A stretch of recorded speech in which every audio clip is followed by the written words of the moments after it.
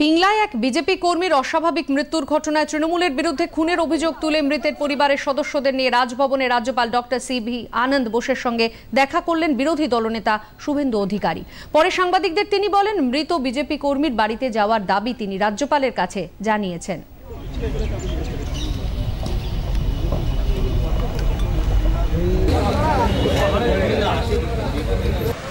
এই যে জঙ্গলের রাত চলছে, আমরা ইতিমধ্যে নবনিযুক্ত ডিজির সঙ্গে পরশুদিন যোগাযোগ করার চেষ্টা করেছিলাম, তিনি রেসপন্স করেননি।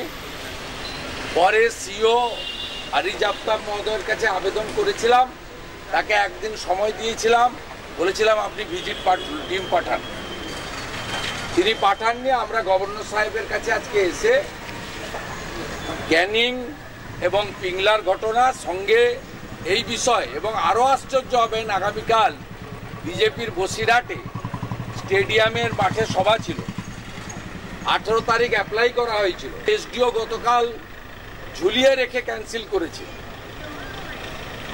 আমরা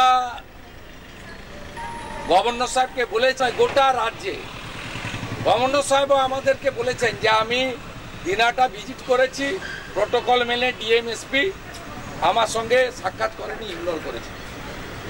আমরা গভর্নর সাহেবকে বলেছি যে আপনি তৃণমূলের ডেলিগেশন এখানে এসেছিল, একটা দুর্ঘটনায় কয়েকজন বাচ্চা মারা গেছিল, দুঃখজনক। আপনি চোপড়াতে ভিজিট করেছেন, আপনি শান্তনু গোড়াইয়ের বাড়িতে তার মা দাঁড়িয়ে আছে, এখানেও আপনি ভিজিট করুন, আবেদন বলুন, দাবি বলুন, আমরা বলেছি।